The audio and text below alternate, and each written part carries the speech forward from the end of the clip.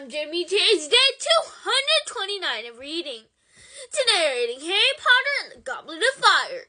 Let's get started. We're on page 134. Tell me what other books you want me to read. Elf, said Mr. Diggory sternly. Do you know who I am? I'm a member at the Department for the Regulation and Control of Magical Creatures. Winky began to rock backward and forward on the ground, her breath coming in sharp bursts. Harry was reminded forcibly of Dobby in his moments of terrified disobedience. As you can see, the dark mark was conjured here a short while ago, said Mr. Diggory, and you were discovered moments later, right beneath it. An explanation, if you please? I is not doing it, sir, Winky gasped. I is not knowing how, sir. You were found with the wand in your hand, barked Mr. Diggory, brandishing it in front of her. And as the wand caught the green light that was filling the clearing from the skull above, Harry recognized it. Hey, that's mine, he said. Everyone in the clearing looked at him. Excuse me? Said Mr. Diggory, incredulously. That's my wand, said Harry. I dropped it. You dropped it? Repeated Mr. Diggory in disbelief. Is this a confession?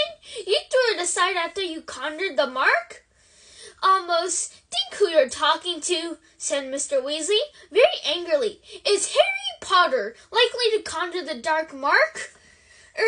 Of course not, mumbled Mr. Diggory. Sorry, carried away. I didn't drop it there anyways, said Harry, jerking his thumb toward the trees beneath the skull. I missed it right after we got into the wood.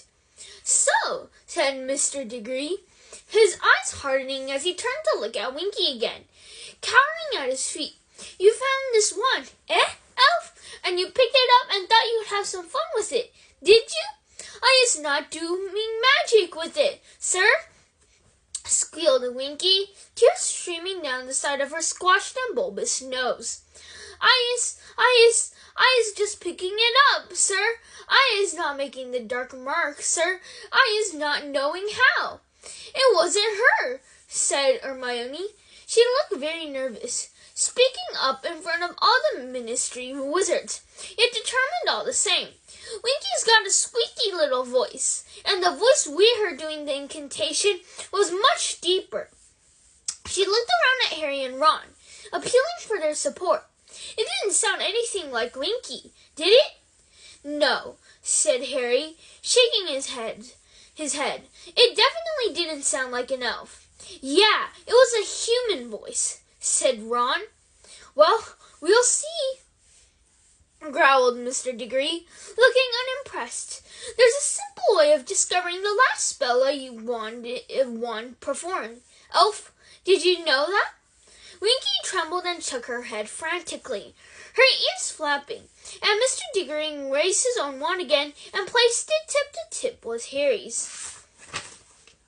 Free your incantado, roared Mr. Diggory. Harry heard Hermione gasp, horrified, as a gigantic serpent-tongued skull erupted from the point where the two wands met, but it looked as though it were made of thick gray smoke. The ghost of a spell. Deleterious, Mr. Diggory shouted, and the smoky skull vanished in a wisp of smoke. So, said Mr. Diggory, with a kind of savage triumph, looking down upon Winky, who was still shaking convulsively. I is not doing it, she squealed, her eyes rolling in terror. I is not knowing how. I is a good elf. I isn't using wands. I isn't know how. You've been caught red-handed, elf, Mr. Diggory roared, caught with the guilty wand in your hand. Almost, said Mr. Weasley loudly. Think about it. Precious few wizards know how to do the spell. Where would she have learned it? Perhaps Albus is suggesting, said Mr. Crouch, cold anger in every syllable, that I routinely teach my servants to conjure the dark mark? There was a deeply unpleasant silence. Amos Diggory looked horrified. Mr. Crouch, not at all.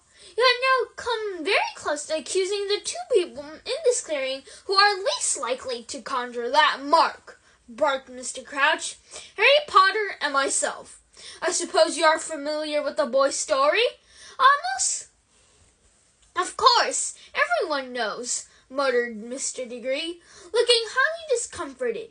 And I trust you remember many proofs I have given over a long career that I despise and detest the dark arts and those who practice them, Mr. Crouch shouted, his eyes bulging again. Mr. Crouch, I never suggested you had anything to do with it. Amos Diggory muttered again, now reddening behind the scrubby brown beard. If you accuse my elf, you accuse me, Diggory, shouted Mr. Crouch. Where else would she have learned to conjure it? She might have picked it up anywhere. Precisely, Amos, said Mr. Weasley. She might have picked it up anywhere. Winky, he said kindly, turning to the elf, but she flinched as though he too was shouting at her. Where exactly did you find Harry's wand? Winky was twisting the hem of her tea towel so violently that it was fraying beneath her fingers. I is finding it there, sir, she whispered. There, in the trees, sir. You see, Amos, said Mr. Weasley, whoever conjured the mark could have disapparated right after they'd done it, leaving Harry's wand behind. A clever thing to do, not using their own wand, which could have betrayed them, and Winky here had the misfortune to come across the wand moments later and pick it up. But then, they'd been only a few feet away from the real culprit, said Mr. Diggory impatiently. Elf, did you see anyone? Winky began to tremble worse than ever, her giant eyes flickering from Mr. Diggory to Ludo Bagman and on to Mr. Crouch. Then she gulped and said, I see no one, sir, no one. Almost, said Mr. Crouch curtly.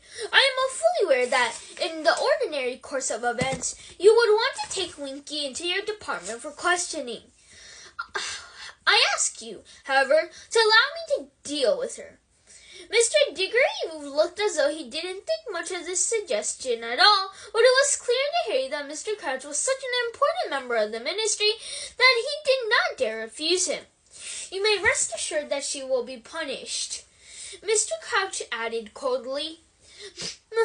Master, Winky stammered, looking up at Mr. Crouch, her eyes brimming with tears.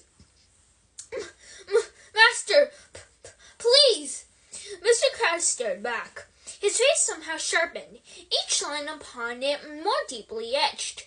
There was no pity in his gaze. Winky has behaved tonight in a manner I would not have believed possible, he said slowly. I told her to remain in the tent, and I told her to stay there while I went out to sort the trouble, and I find that she disobeyed me. This means close.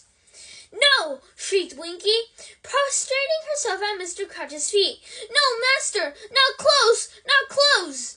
Harry knew that the only way to turn the house elf free was to present it with proper garments. It was pitiful to see the way Winky clutched at her tea towel as she sobbed over Mr. Crouch's feet. But she was frightened, Hermione burst out angrily, glaring at Mr. Crouch. Your elf's scared of heights, and those wizards in the masks were levitating people. You can't blame her for wanting to get out of their way. Mr. Crouch took a step backward, freeing himself from the contact from Elsa, who she was serving as though she were something filthy and rotten that was contaminating his overshined shoes. I have no use for a house elf who disobeys me, he said coldly. Thank you, everyone. That's all for today. Bye. See you tomorrow. Tomorrow we're going to read page 139. Bye-bye. Peace out, I think.